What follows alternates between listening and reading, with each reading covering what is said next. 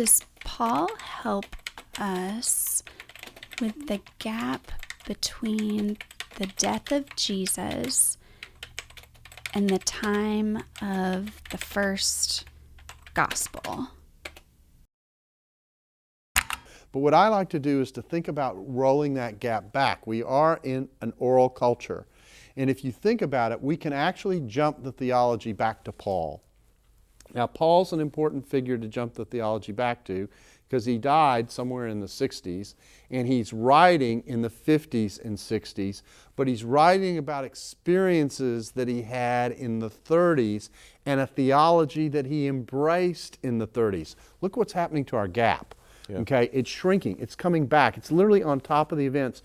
Most people recognize that Paul was converted within a couple of years of the events that we're talking about, and he was persecuting the church as an opponent of the church before he was converted. So the date of his conversion doesn't even take us back far enough. So say Jesus dies at 30 and Paul gets converted between 31 and 32, okay? That's right. And he's going to write 1 Corinthians in the 50s here, and maybe some other books, Galatians in the 40s. So you just say... But he's talking about his conversion experience. Right. His conversion experience and the theology of an exalted Jesus he has in the 30s.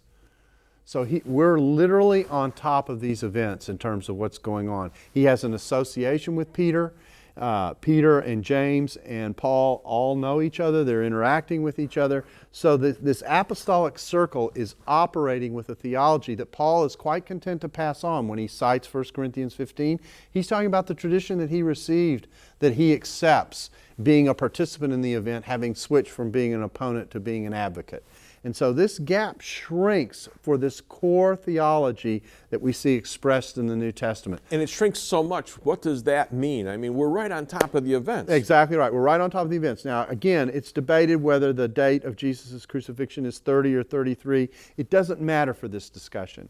What we're talking about is a conversion that happens within a couple of years of these events, and the persecution happens in light of these events. We're actually on top of these events in terms of sources. So in terms of if I can think of an orality compression chamber, you can't get more compressed in terms of the relationship of the event to the core people and what they're writing about it. Now, it is true that there is theological reflection, there is theological development in the way concepts are expressed and the implications that are seen, that kind of thing. That stuff is going on in the material that we see in the New Testament.